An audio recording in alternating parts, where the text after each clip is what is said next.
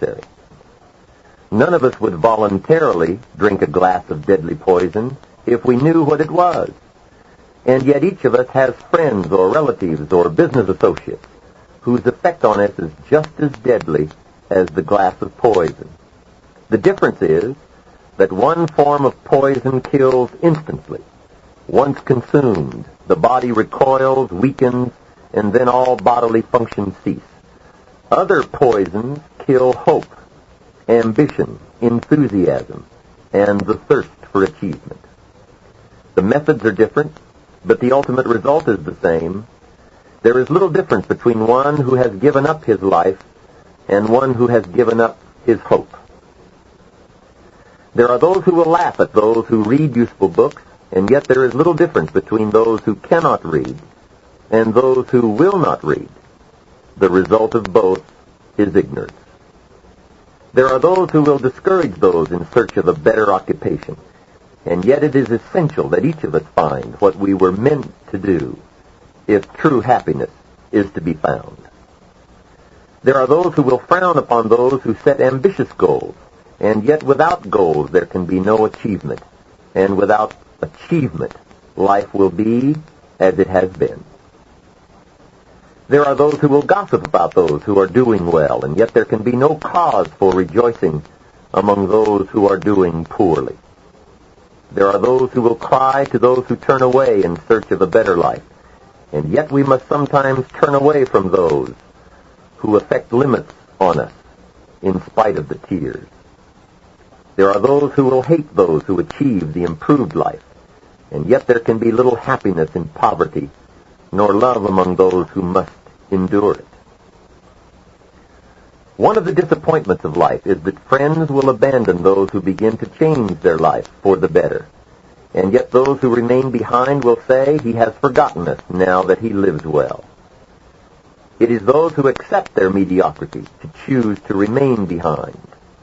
It is almost always those who have climbed above the crowd who would wish to return to the earlier friends and embrace them in friendship and love, knowing that they dare not, for jealousy among those who remain behind will not allow it to be so. It is often difficult to pause in the middle of life for the purpose of sifting out the debris which we collect throughout the years.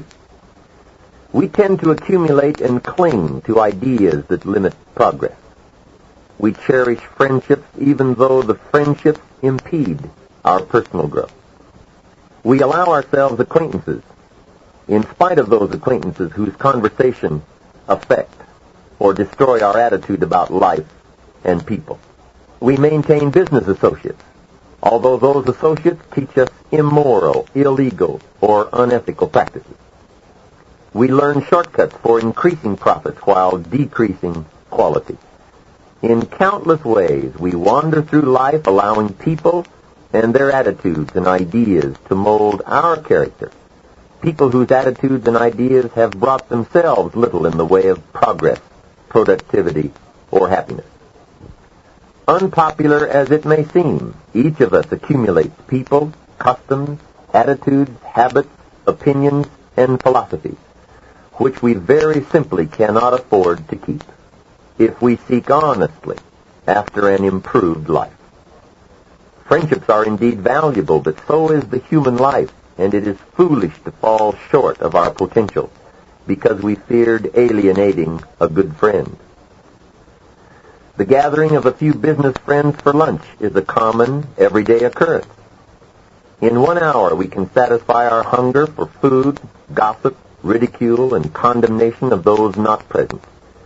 We can repeat half-truths brought to us through hearsay. We can complain about government, management, co-workers, traffic, taxes, weather, and the system, while doing nothing to produce solutions. Even if the conversation does reveal solutions, we make no effort to communicate them to those who can possibly implement them, accepting things for the way they are. If our attitudes, results, or happiness is to ever improve, we must exercise the painful discipline required for weeding out the garden of our life. Eating alone is better than mingling with those whose conversation is negative. Canceling the appointment is better than keeping the appointment with those who will simply waste our time. Changing the conversation is better than prolonging a conversation designed to degrade someone. Telling the whole painful truth is better than a half-truth, distorted to make ourselves look or sound good. Saying no is better than saying yes to something you don't want to do or to someone you don't want to be with. Being firm is better than being courteous to those whose caustic personality does not justify courtesy. The improvement of our personal circumstances means that we must learn to do what the failures are simply not willing to do. Better than many of the wrong friends are a few of the right friends. Better than a few of the wrong friends are no friends at all. Life is a delicate maneuver of selection, rejection, review, and change. Each person entering our world brings either a contribution or destruction. Trying to be always nice is to invite certain disaster. Those with poisonous attitudes, strange opinions, and caustic conversations love to look for someone nice who will listen to them. They love to dump their verbal garbage into a mental factory of anyone willing to listen. Tragedy. A major But challenge part of the in world life is tragic. for Part of each life is person tragic. to learn. And if you the don't art at of least standing try up. to understand the dark side of life, the tragic side, the extreme sorrow side, your life is left a bit shallow. And sometimes when you live such a sheltered life, you just have to try to go outside of your own small world of sheltered experiences and see if you can't live as someone else might have lived, or at least try to be touched by the experience. Now, you can't really know till you live it. I understand that, but at least you can try. And if you do your homework here in sensitivity for a wider range of experience than your own, I promise you that extra worth will show up in your conversation and in your communication. When I lived in Northern California, I used to go to San Francisco 2 or 3 times a year, spend a day in the Tenderloin. For a farm boy from Idaho, the Tenderloin in San Francisco, what an experience. And if you just go spend a day, you get to see what we call the other side. And if you just spend a day there and walk the streets where those lonely walk and go eat where they eat and listen to some of those stories, you come away with a whole new sense of the great distance between failure and success. The whole distance between goodness and evil. Between despair and joy. And you come away with more of a sense of value. Because the true values of life come by the contrast. And unless you experience more of the contrast, even the values you consider valuable become a bit shallow if you don't understand the contrast. It's hard to really appreciate winning until you've done some losing. It's hard to appreciate success until you've done some failing. And if you've done some failing, success now becomes a much larger worth and value and commodity if you understand a bit of the other side. So part of this is just deliberately go where experiences beyond your own touch your life to get somewhat of an education as to the contrast of life and the differences. It'll educate your mind and educate your spirit. And sure enough, that extra worth will start showing up in your sentences and your words. And they'll be weightier. They'll be heavier. They'll mean more when you talk to somebody. I met Frank, the bartender in the Tenderloin. Frank is a bartender in this sleazy little bar. You wouldn't believe this place. Frank sees more tragedy in a week than most people see in a lifetime, if you work in one of those places. I'm visiting Frank one day, and Frank and I are talking. Frank says, see that lady sitting over there on the bar stool? And I said, yes. He said, how old do you think she is? I said, she's 45. Frank says, she's 25. I said, wow. He said, that's Cookie. Her name is Cookie. He said, Cookie used to be a go-go dancer back in the go-go days. But then he said Cookie developed some kind of bone disease in her legs and her hips. And he said now she's had all kinds of operations with the bolts and the pins trying to hold her together. And says now she's a cripple and she can hardly walk, so her go-go days are over. And sure enough, Cookie was very crippled. Frank says Cookie also has a little boy, 5 years old, and he's dying of leukemia. So he said Cookie comes several times a week, sits on that bar stool, and plays a little music to try to cheer up her life. And she usually drinks far too much, and gets wasted, and I have to call a taxi to come and take her home. Wow, I thought Cookie. How come her life worked out like that and my life worked out like this? How come I get to travel around the world and Cookie finds it hard to even get home? That kind of exposure, that kind of sensitivity, that kind of study. Now, you can't really know it unless you live there. I understand that. But you can go a great deal into trying to understand a wider range of human experience. And if you will try to let those experiences touch you, let them affect you, let them educate you, let them give you a broader range of emotional wealth and worth, I'm telling you, that extra worth will start showing up in your language, in your words and in your sentences. And you'll be able to touch people that you couldn't touch before. You'll be able to reach people you couldn't reach before you had the experience. Your words will have more of a drawing than they had before just by going through some of these experiences. So I'm asking you to consider the word sensitivity and ask yourself, what could I do and what experiences could I make sure that I engage in that would give me a broader range of understanding of human suffering as well as human joy, of the dilemma as well as the confidence, of the joy as well as the sorrow, of the success as well as the failures of life, and try to gain an understanding in a broader sense, and let that have an effect on your future ability to touch and reach somebody else. Key word, sensitivity. Here's number 4, knowledge. Good communication starts with this laborious task of gathering knowledge. And I've got a parenthesis for you to make, working knowledge. Knowledge that you deliberately gather that will work for you in the future. This is why Shoaff taught me to keep these journals. He said, gather working knowledge. Knowledge that you go back over. Knowledge that you review. Ideas that you go back through one more time to see if you can't find the extra meaning, the extra depth, the extra worth, the extra value. Working knowledge. Your library, the books you read, the deliberate attempt to broaden your understanding. That's very important in bettering your communication skills. An ever-increasing amount of the refinement of intellect.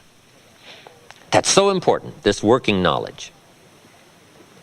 We covered interest, we covered fascination, we covered sensitivity, and we covered knowledge. Now, I've said all this to support my number 1 point in good communications. Have something good to say. I was asked to give a talk, this has been many years ago now, to a service club. And I was trying to think of a good topic for my noon lecture. And I came up with this, the 4 ifs that make life worthwhile. And I thought it was something good to say. Let me just pass it along to you, in case somebody asks you to make a speech. Now, tell them where you got it, please. The 4 ifs that make life worthwhile. Life is worthwhile, number 1, if you learn. Life is worthwhile if you learn. Your own experience can be a great teacher. The last 3 years, you've probably been doing it right or been doing it wrong. Mr. Shoaff pointed out to me when I was 25, he said, don't ignore the last 6 years. 6 years is a pretty good chunk of time to go over and evaluate and put it on the scales and say, it either weighs or it doesn't weigh. You're either on track or off track. Let's take a look at our own experience. Another big way to learn is from other people's experiences. Might as well gather up someone else's experiences. OPE, we call it, other people's experiences. If somebody went through something for 5 years and they wrote a book and you could read the book in 5 days, wouldn't that be an advantage? Well, yes, if you read the book. Now, this isn't easy stuff, right? This is not casual stuff. This is the extraordinary kind of learning and skills that's necessary, I think, to gain the high life treasures. But I think it's worth it all. Small price to pay for treasure. The extra reading, the extra commitment to the excellence of learning. Life is worthwhile if you learn. Number two, life is worthwhile if you try. You got to try something with what you know. Possibility of growth. Can you win the next game that's set up? I don't know. How are we going to know? And leading us to the possibility of the relationships that we're really longing for. As we begin this portion, I would just like to say to you that one of my great teachers in the area of relationship is His Holiness the 14th Dalai Lama. I've had the rare opportunity to be with him several times, 3 of which were for a week at a time, in the same room where he was, sitting very near him as I was able to facilitate a couple of the meetings we held with world leaders. And being near him as he spoke to others about a way of being in the world. His primary teaching is that we are all here to learn what it means to really be friends. To really be friends. To really see the best in one another. To hold for the best in one another. To believe the best for one another. And that no matter what the action, to hold that somewhere in the mind and the heart of the other, it was from a positive intention. Maybe misguided, maybe greatly harmful. Nevertheless, to hold for, believe in, and actually by that help call forth the great being in the other. And he says that his practice of doing this with the Chinese government has been one of the great practices of his life. And in fact, he says every one of us has easy friends, and then we have sacred friends. Our easy friends are the ones that it's easy to love. They do not challenge us, nor do they really make us grow in our capacity of loving because it's easy to love them. But those friends with whom it is difficult to love, those friends with whom we've been betrayed or hurt or let down, those friends can become sacred friends when we take that hurt, when we take that letdown, when we take that disappointment and use it to evolve our own hearts, to evolve our own capacity for forgiveness and caring and loving and looking past circumstances to see the heart. He said he would never have developed such compassion in this lifetime, except that it was so difficult to hold the Chinese in a positive intent, even in the experience of great negativity through action. And I can feel in him there is absolutely not one trace of bitterness or cynicism, that this man is really a living example of what can happen when our hearts are held rightly in regard to circumstance. So every one of us is wired then to long for deep and powerful and loving relationships. How then might we become the person who could not only wish for this, but have this? There was some research done a number of years ago that was a really wonderful research project in the area of human relating, and how average people from all walks of life, with all educations and all ethnicities and all cultural backgrounds, tend to experience love. And when they were asked, how do you feel loved? Before I answer how the average person answers that question, I would like to ask you, how is it that you feel loved? What happens when you're really feeling loved? What's going on? Knowing what your own love language is key to making sure that you bring some of that into your life, and not always waiting for someone else to do that, to find ways yourself to experience and express love to yourself so that you become an environment in which love can come forth. The average person expressed that their feeling of being loved came primarily through being listened to. So if we want to increase loving relationships in our lives, we can learn a powerful practice of really authentically learning how to listen. Not just seeking to communicate our ideas, but really being curious to hear and understand the ideas, the feelings, the longings, the fears of the other people in our lives, to really be interested in their point of view before trying to discover how to give them our point of view. So we really want to seek to understand them, to bring a curiosity to the moment. Even some of our longest term friends, when we meet them, we forget that they're new today, and to bring a fresh curiosity to who are you today? What's going on inside of you today? To really deeply listen, to be curious about them. What might they have discovered? What might they be feeling now? Many years ago, in one of my earliest experiences in an encounter group, My kid's dad and Our I bodies were are there for some 98% counseling, water. and We choose we were asked, consciously what's going to on in take your living life? water, And so no both one raised their physically hand, and so I raised metaphysically, my into our hand. body. In those days, To take really good water, not anything else that we think is going to hydrate the body, but real good water. Lots of it. We increase the amount of water so we can increase our vibrancy.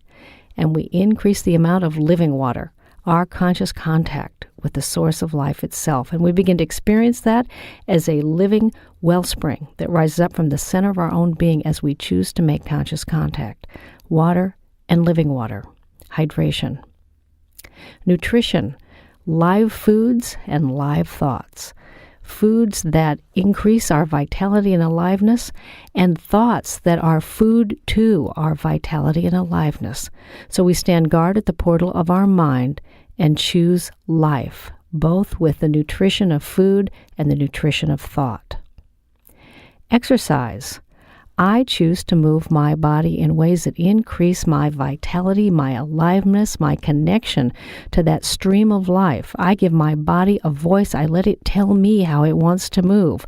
And I listen to it, and I feel it in the dance of life, ever moving more freely and energetically and vitally alive.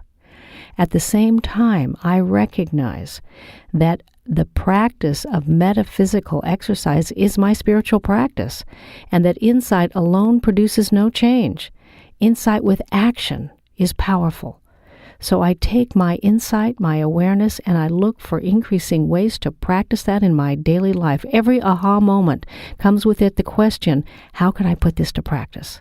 How can I make use of this, and what can I do with this knowing? Exercise. Detoxing. It's natural for my body to release and let go what's no longer useful. I consciously choose to let go of what is no longer useful, what is no longer nourishing, what is no longer helping. And that happens not only in my physicality, but in my emotional system, in my mental system. I spiritually choose to let go. I mentally choose to let go. I emotionally choose to let go. And I physically choose to cooperate with all of the systems in my body that now are moving to the releasing of anything toxic. More good coming in, anything toxic going out. We say yes to this, detoxing, the releasing right now. Hydration, nutrition, exercise, detoxing, rest. I choose rest that is renewing and restorative, both physically and metaphysically.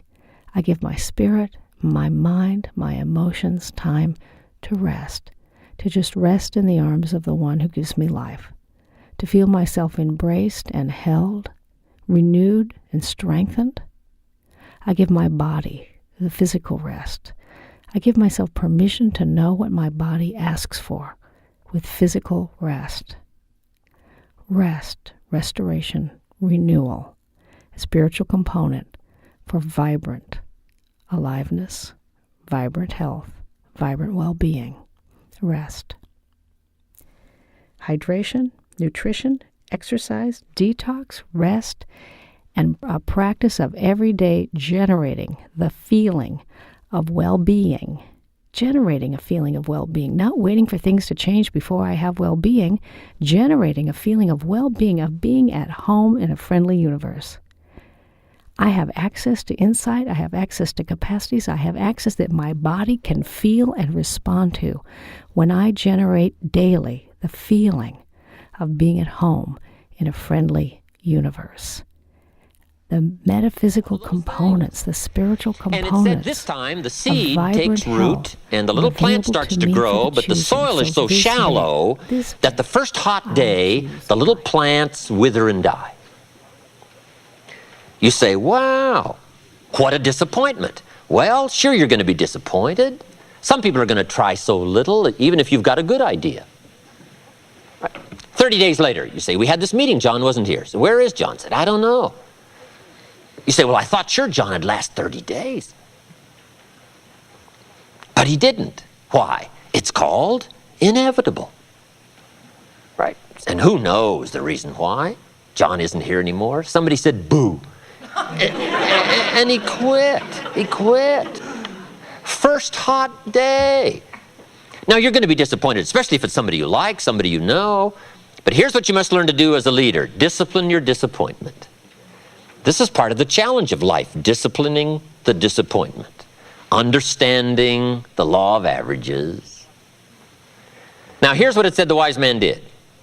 He kept on sowing. How brilliant. He was so well schooled in the law of averages. Now he keeps on sowing, and this time the seed falls on thorny ground. You say, well, how much of this ground can you get? Well, just hang on. It's not the end of the story. Now this time he sows the seed, it falls on thorny ground, and the little plant starts to grow, but the thorns choke it to death, and it dies. Wow, what's this called? The inevitable. Do you know what the story called the thorns? The cares of life, little cares. Who knows the excuses some people use for not pushing on through and getting the job done? It's called inevitable.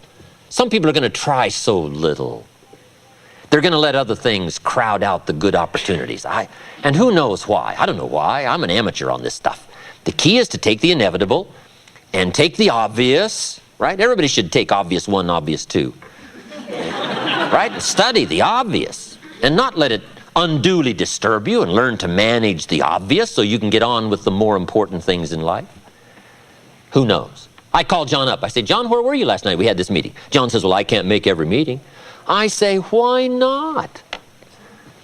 John says, well, I got a lot of other things I got to do. I say, what are they? You won't believe the list John gave me. The backyard fence was sagging and the dogs are about to get loose. You just can't let your dogs run loose. I say, okay, John. John says, the screen door came off the hinges. And you just can't let things fall apart. You got to take time, keep things fixed up. I say, okay, John. Some extra trash had piled up in the garage. You just can't let mountains of trash take over. You got to take care of your trash. I say, okay, John. On the phone, I can hear the thorns going,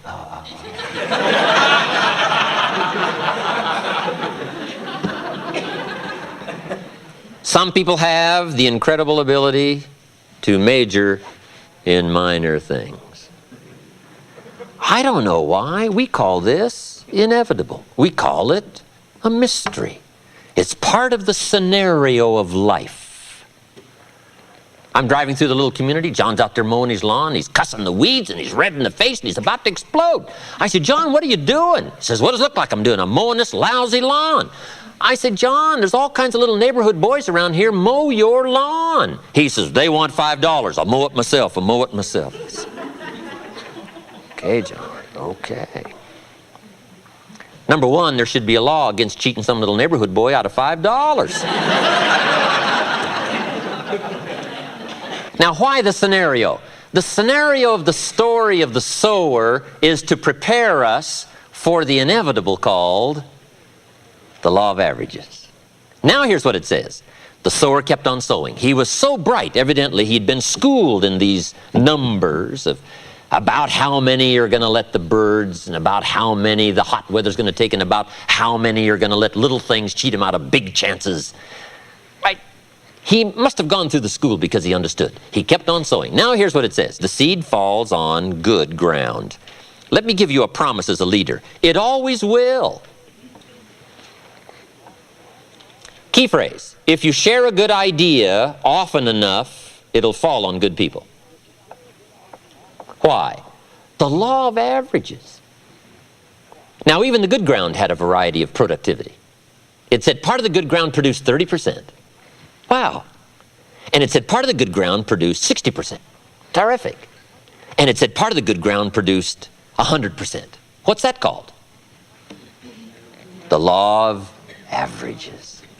That's the way it is. It's called one of those things.